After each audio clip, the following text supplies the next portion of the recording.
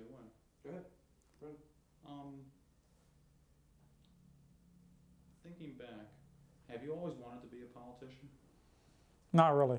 When I was young, I wanted to be a scientist. I was interested in nature and biology. I was always out in the swamps and the bayous of the state, my free time, and I didn't really want to be a politician at all.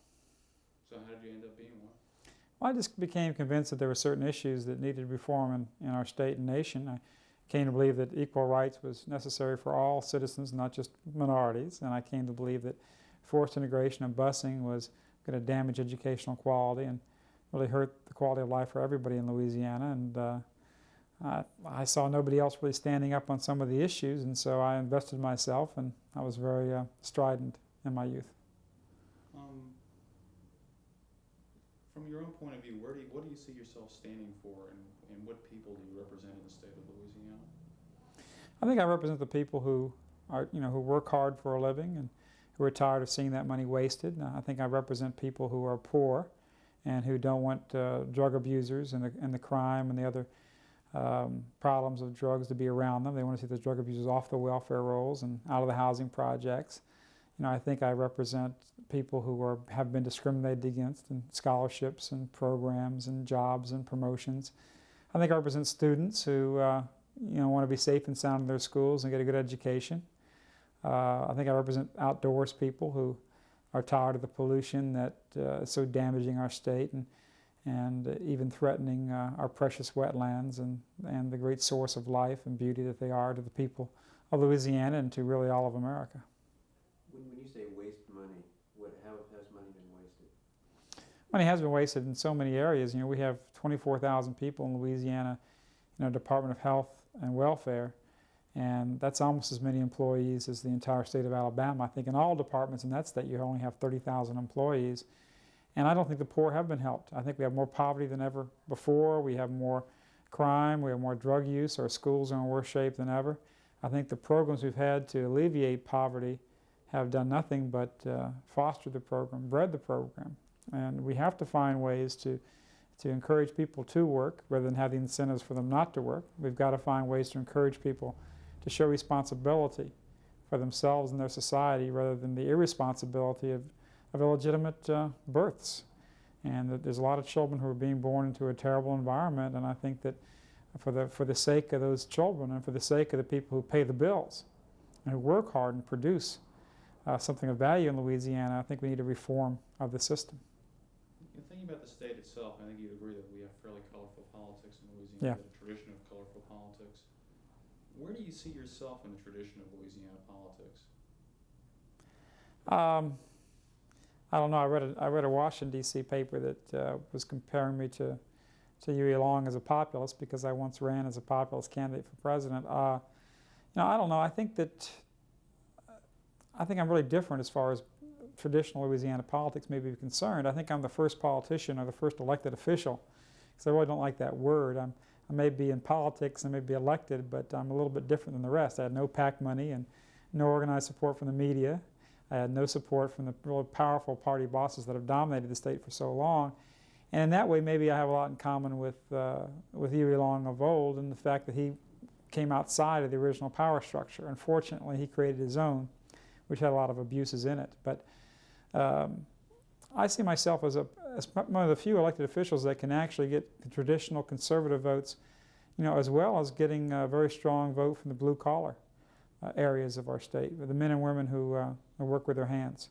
So I think I can really, go across those lines there, and I think that there's a commonality among both professionals, small business people, and blue-collar people, that we have much more in common than we have, I'd say, not in common. For instance, we all work hard for a living.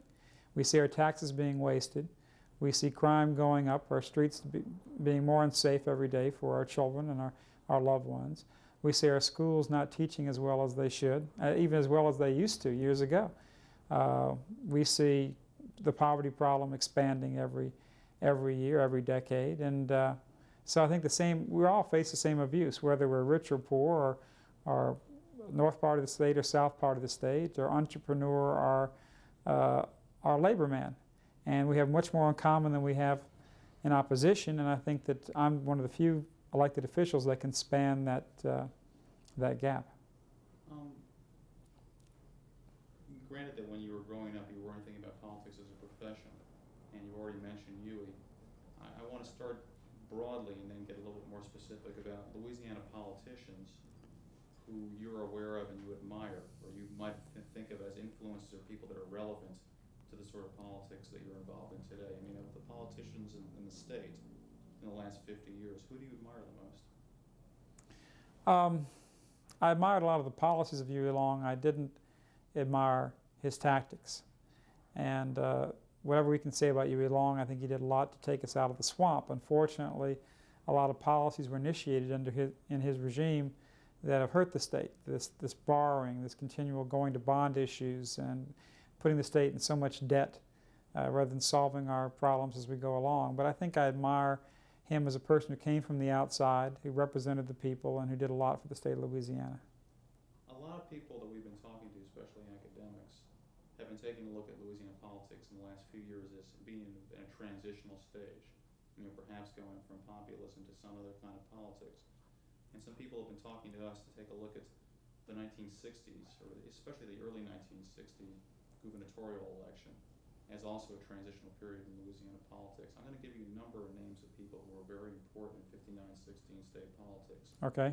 And now you got to realize in 59 and 60 I was only 9 Sure. and 10. Sure, but I mean, but I do have an historical representation. yeah. Okay. If you can repeat their names and tell us, I mean, what offhand comes to mind in terms of what you think of them and how, if they're an influence or not. Okay. Okay. Earl Long. Huey's brother. Right. That's about that's the basic thing I have understanding about Huey Long. I remember as a child hearing about some of his exploits in and out of the insane asylum, or the other things that have happened to him. He was a very colorful figure, and he was entertaining, but I don't know how much good he did for the state. Jimmy Davis. I think he was a good old boy who had the basic American values at heart, and I have a lot. Can you start by saying Jimmy Davis?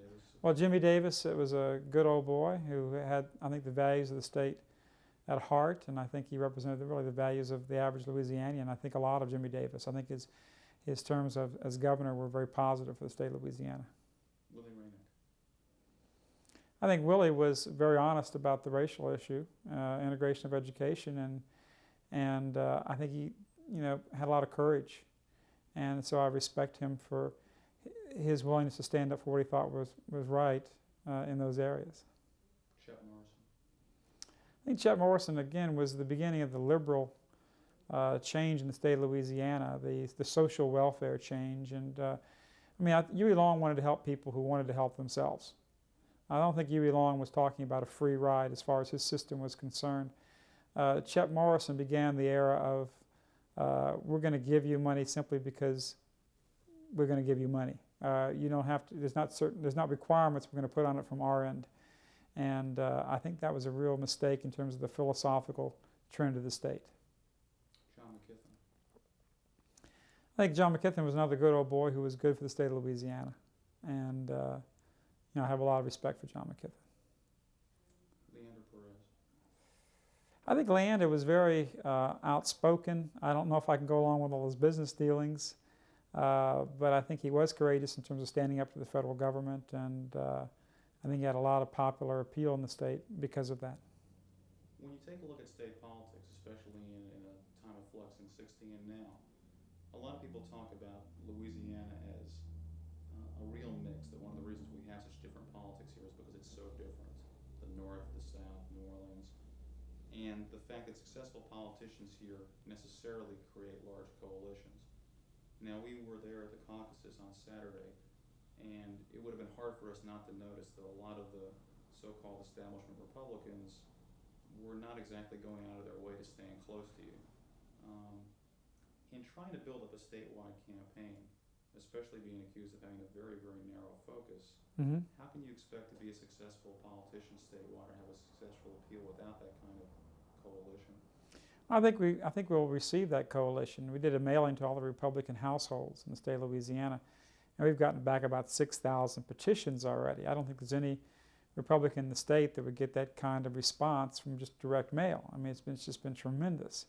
I think I'm going to build that coalition. I think there's tremendous numbers of fiscal conservatives and social conservatives who are already backing me. Again, I can add the element of bringing in working people in the state of Louisiana and union people and blue-collar people. Again, we all pay taxes. We all suffer from the abuses of the IRS. We all suffer from the waste of our tax money on the federal level and the state level. We want to see a change in that. I think that the coalition building that I have to do is primarily between those two groups, and I think we're doing that already. Now, there are a lot of analysts that we talk to that take a look at your appeal and they say, let's go back to 60.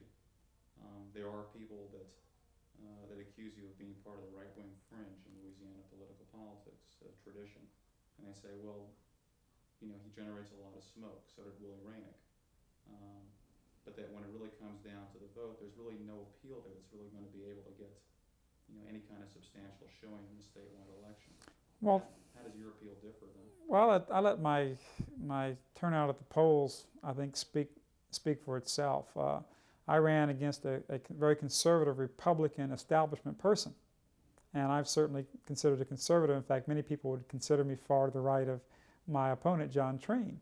And yet, not only did I receive a great many of the conservative traditional Republican votes in Jefferson Parish in my district, I also received the great majority of the blue-collar votes as well. Where some people would say that John Treen wasn't exactly a very strong candidate. Well, people who say that don't know the circumstances. I mean, he is the ex-governor's brother who lived in the district for many, many years. He's got many contacts. He had the entire political establishment behind him. He outspent me hugely in the campaign. So obviously, I think he was a good candidate. And I think that if you look at the districts of the state that more reflect, or the districts of my area that more reflects that of the entire state, which is Bucktown. In Bucktown, we have fishing shanties, and we have split-level homes in a matter of blocks away from each other, right by the lake there. In that area, I carried it 65, 70, 75%. I think that reflects the kind of voters that we have statewide, and if I receive 65% of the white vote statewide, I'll win the election. So I think, yes, I've got support out there, and we're building coalitions, and I think my support will translate into votes, and I think I'll have more volunteers on the streets and out there knocking on doors and calling people on phones and working in the campaign than Bennett Johnston could dream of.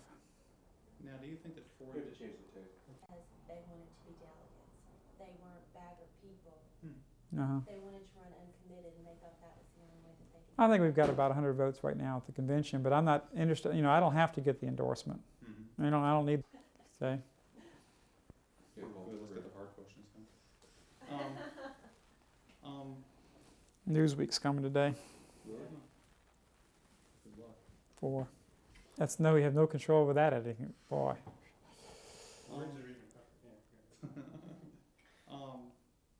There are other folks that say that the kind of appeal that you have in the state right now wouldn't have been possible 4 or 5 years ago because in good economic times, people aren't driven to what they call desperate measures. What would you say to critics that say that? Well, I think that's partially true. I think that politics, people that want real change, are propelled by bad times, and no matter what change you're referring to, I think the bad times do that. But I think also people see the fundamental flaws and the problems in our current political system. That the welfare, they see the welfare rolls expanding. They see the crime expanding, the schools getting lower in quality every day. And so a lot of the problems in the state are just coming home to people. And they're realizing, forced integration, forced busing, for instance, has had a chance to work. I mean, we've given it 30 years, and it has been a complete failure in the state, as Senator Elwyn Nicholson said so eloquently just a couple of years ago. The courageous people, the former Secretary of Education, made these statements.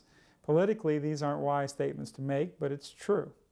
And people are beginning to see the reality of my position, and that's what's propelling me and propelling the people who are supporting my candidacy, is that people know things aren't right, that the reverse discrimination is going on, that the welfare system's not solving the problems, that drugs are getting worse and worse, that that our environment is suffering terribly, and we've got to take steps to preserve it. Not only from the standpoint of the pristine beauty of our wetlands and our swamps and our rivers and our lakes, but from the standpoint of the health of our people. If we have more industry between Louisiana and between New Orleans and Baton Rouge than I think the River Valley has. We've got the most industrialized section of major river anywhere in the world, and that's good. We need that industry. We need those businesses. But at the same time, if they're going to pollute our atmosphere and pollute our waters and raise our cancer rates, think of the human cost that we have. Think of the cost of lost wages and lost man hours at work and the taxes that we end up paying to support the hospital systems of this country and the unemployment compensation and so forth that this causes. So we have a reason to make sure that these corporations and these plants and facilities protect the environment and make sure that, yes, they take our water, they use the air that we all breathe, but let's put that water back and let's put that air back the way that they initially used it to begin with.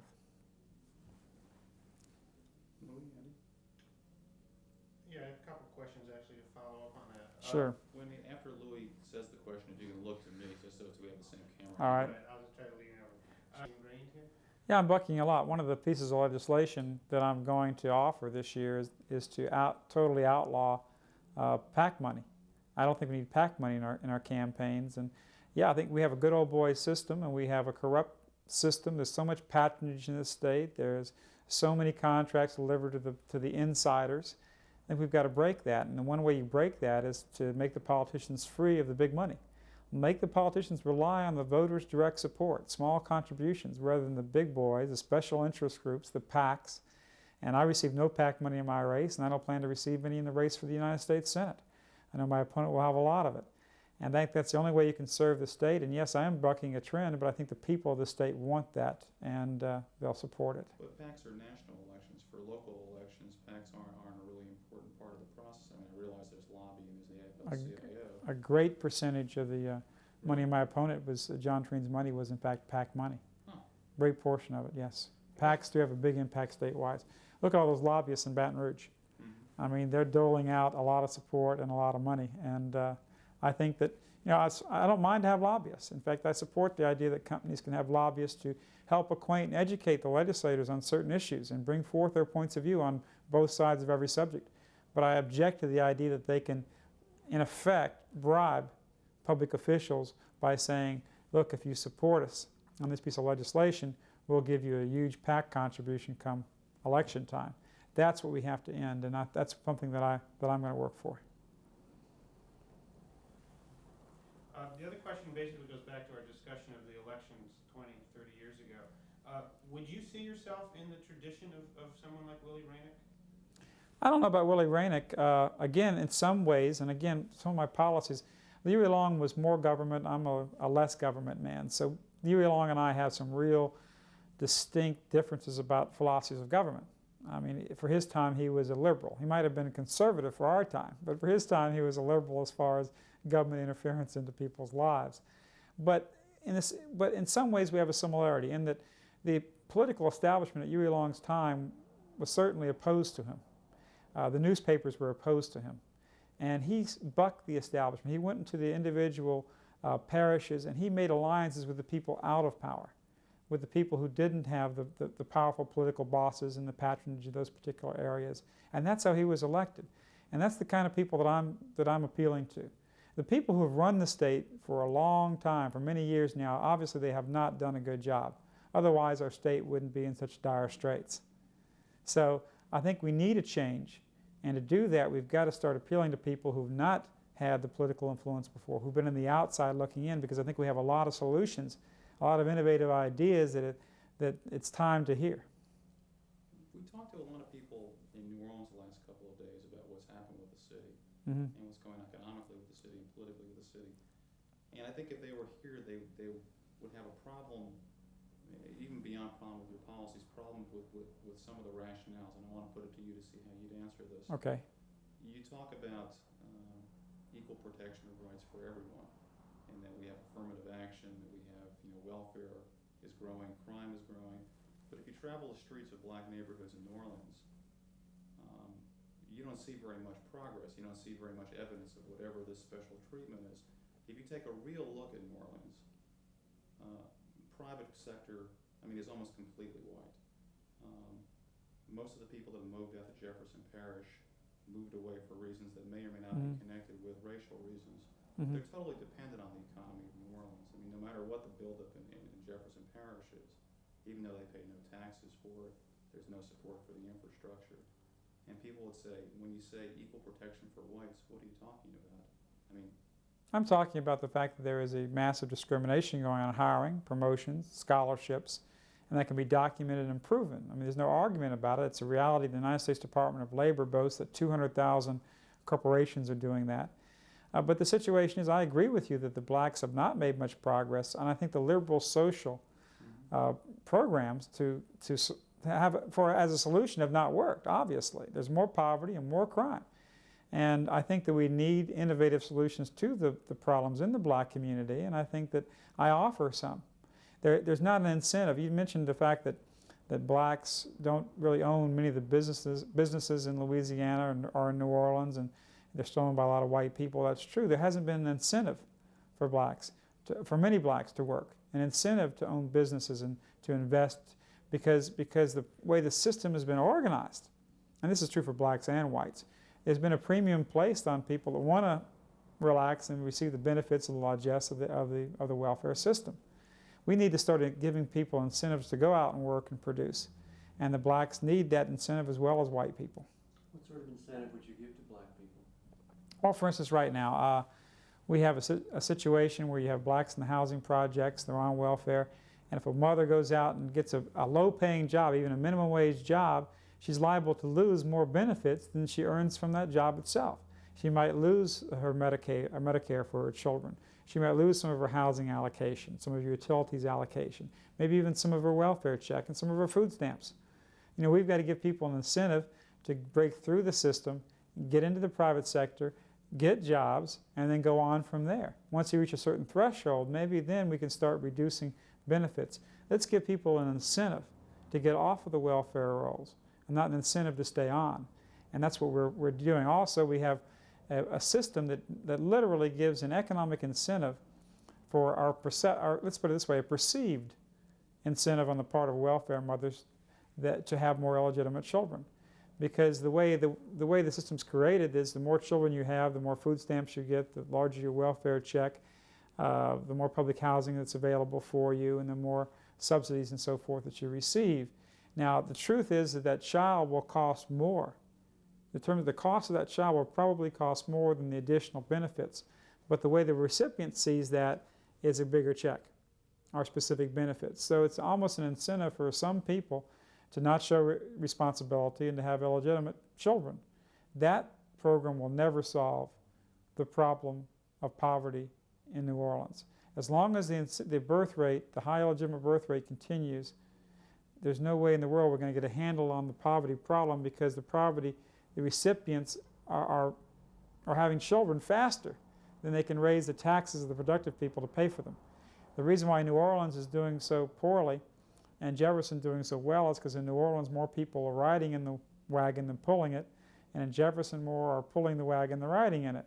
We have to have a system which gets people out in front of the wagon, pulling it, and not sitting back and riding in it. well, I guess coming to the idea of pulling the wagon and not riding it, again, I mean, affirmative action, discrimination against whites are nice catchwords, but I know in the world that I operate in, I'm sure that you know in the world that you operate in, if there was all this discrimination against whites, where are all the benefits for blacks in terms of affirmative action? I mean, the vast majority of people in all positions of power in the state, all positions of the economy are white. Who's being discriminated against? I mean, you say there's documentation of what? Well, there's documentation that discrimination is going on. Every one of the Specifically, what does that mean? Well, specifically, it's a perfect example of it is the Supreme Court case, the decision in the Croyson case in Virginia.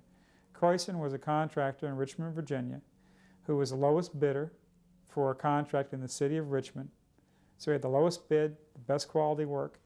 He did not receive the contract because Croyson was white. Now, just tell me somehow that Croyson's civil rights were not violated. Now, that's going on. In the city of New Orleans, there are many, many minority set-aside programs just like the Virginia case. Now, Sherman Copeland, obviously, who drives a Mercedes, has a good bit of money and a very shady background. People talk about my background. He's got a shadier one than I think I have. if he goes and applies, one of his companies applies for a contract in New Orleans, he will very likely get preference because of his racial background. Some other white person who might have a very small income, scraping by day to day, can come in there and have a lower bid, and that would save the taxpayers money, do a better job for less money than Sherman Copeland, but Sherman Copeland would be given preference because of his race. I don't have a problem with giving people some advantages, some help if they have low income or they have circumstances of their environment where they need help. But I do object to a racial quota, and that's precisely what's going on in contracting and hiring, promotions, and scholarships in Louisiana. It's not fair. White people have human rights, or should have human rights as well as everybody else, and the best qualified. And again, I will be the first one up there to defend the rights of a black person to get a job if he's the best qualified for it, or a promotion, or a contract. If black people in New Orleans deserve 90% of the contracts, I will fight to see that they'll get 90% of the contracts. But if they deserve 15% or 20% by their bids and their work, then that's what they should receive. And we have a situation right now where we have an Orwellian situation of doublespeak in our society, where if you stand up for the rights of all, you're called racist, and if you stand up for the rights of minorities alone at the expense of whites, you're called a person who believes in justice and freedom. I had a very simple bill before the Louisiana legislature which forbid racial discrimination in the areas of jobs, employment, scholarships, promotions, the entire public sector of Louisiana. It forbid racial discrimination, period. The Black Caucus came forward and said this bill, we cannot support this bill because it's a racist bill. This is Orwellian doublespeak. 1984, that Orwell talked about, obviously is here. It's still here. And I think we need equal rights for all, and I think that people that don't allow civil rights and human rights for white people as well as minorities are absolutely being hypocritical, and I'm not concerned truly about human rights.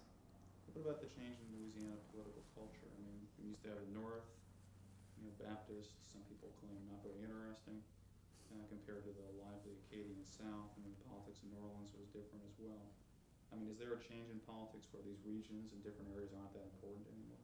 I think the regions are important, and I'm thankful that we have the cultural diversity that we have in Louisiana, all the cultural diversity that we have, the black culture, the northern Louisiana culture, the Acadian culture. I think we've got a really rich supply of music, food traditions, values, cultural traditions, historic traditions in the state of Louisiana. But I think people and voters are tending now more to vote along the lines of issues rather than particular demographic or the narrow issues of their own constituency. And that I'm happy about. I think in a race for U.S. Senate, for instance, I think people will vote on the basis of issues more than any other factor. Not what religion the candidate is, not what, even what color the candidate is, not what his cultural traditions were or social traditions were, but really what does he stand for and how is he going to vote on the important votes that come before the United States Senate. And that I think is a big plus. And I think that will help politics in Louisiana in the future. And what's in your future in terms of Louisiana politics? Well, I'm planning to run for the U.S. Senate, and I think the Senate race will, also illustrate a lot of issues that I'm talking about, and will also garner a lot of strength for my bills and my legislation in the House of Representatives and in the Louisiana legislature. So I think it'll be a good thing for the issues that I represent. I think it'll be a good thing for Louisiana, and I think we need a Republican senator up there. We need someone who can work with a Republican administration. And I think that we also need people in politics in Louisiana who are truly independent. It was so funny, the newspapers have often decried the lack of independence of candidates in politics and how the special interests control things. And yet, I'm probably the most independent candidate that this state has seen in many, many years. If you look at my election, for instance, in this district, the entire political establishment came out almost in unison against me. The popular assessor of our parish, the parish president, the governor. I mean, even the President of the United States and the ex-President of the United States came out in opposition to me in this election. I had no PAC money. My opponent had tremendous amounts of funds. I had no special interest support. The newspapers blasted me day in and day out during the entire campaign, the television stations, and yet I won. And I think that's a wonderful impetus for people who are independent. And whether they're right or left, I don't care whether they have my philosophy or their liberal philosophy or whatever philosophy they have, we need people who are elected to office in this state who are independent, who have certain issues and ideas they want to express. Why are the papers and the establishment against you? I think one of the reasons is because I am independent, because I'm not listening to them, I'm listening to the voters. I'm not afraid to say what I think.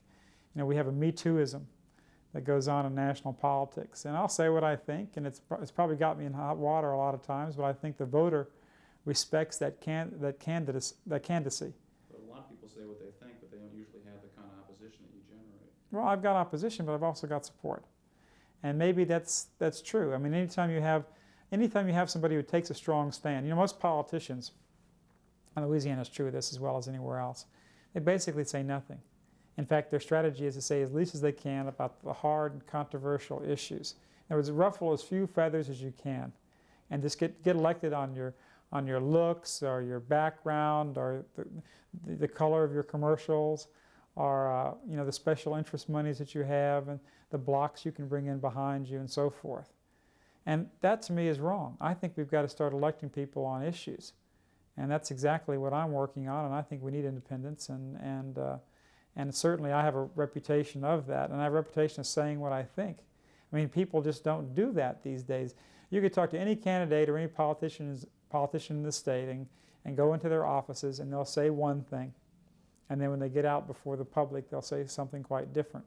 I say the same outside in the light of day as I do behind closed doors, and I think voters can respect that. They may not always agree with me, but at least they know that I say what I think, and that I'll champion and fight for what I do believe in and vote for. How are we doing? One more question? Okay. Yeah, there's been a lot of publicity, obviously, about your past. I mean, there's a photograph of you in a Nazi uniform and your involvement with the Ku Klux Klan. Isn't that going to alienate a lot of people? I mean, even in Louisiana, it's a conservative state. Those are considered.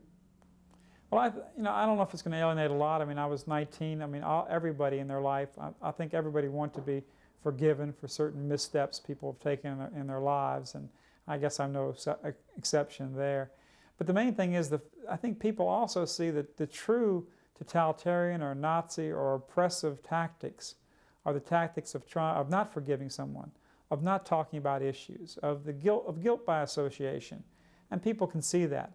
And I think people in this state are really tired of negative politics. And you know, it was tried in the last election against me, and it didn't work. And I don't think it'll work in this election. If they try those kinds of tactics, I think it will repel the voter, and I think it'll push voters more to support me. Because this election must be fought over the ideas and issues confronting the state of Louisiana. What Bennett Johnson's voting record has been, and what he proposes, and what David Duke's voting record in the House has been, and what he proposes.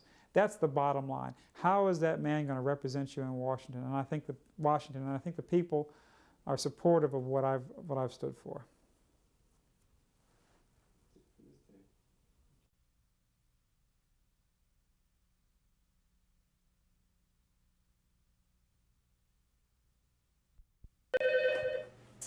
Representative David Duke's office, may I help you?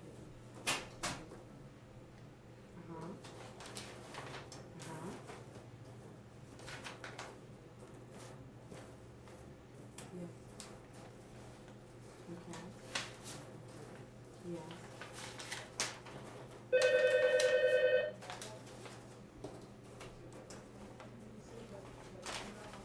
Can you hold on 1 second? Right. Can you hold on 1 second? Okay. Someone get that? Hold on. Okay, sir. Okay, now what? Right. You've been really busy, and that's probably why. I mean, it doesn't. Right. No, we was just a little late.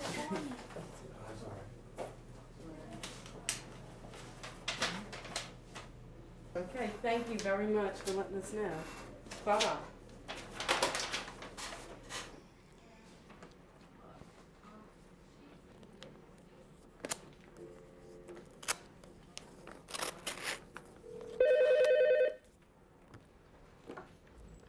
Representative David Duke's office, may I help you?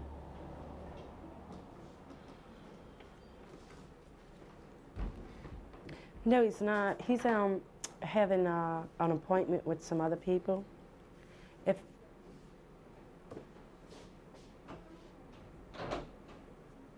Callie, she's not in right now. She's in an interview right now. If you'd like to leave your name and number, or you can call back in about an hour. Okay. Okay. Okay. 70189.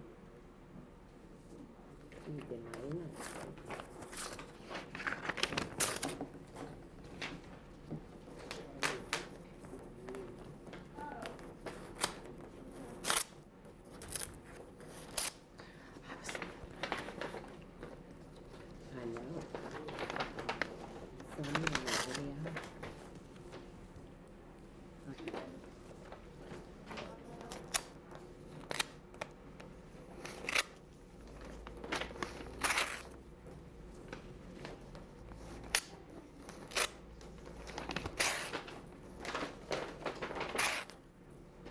So how many, is this today's mail? This is today's only. Great response. Yeah, how many you think, is it, not much money, but I mean, how many people responded? Oh, plenty. I'd say about 1,000 today. Yeah. The real man's gonna have a hurry. Yeah. Watch it. Yeah.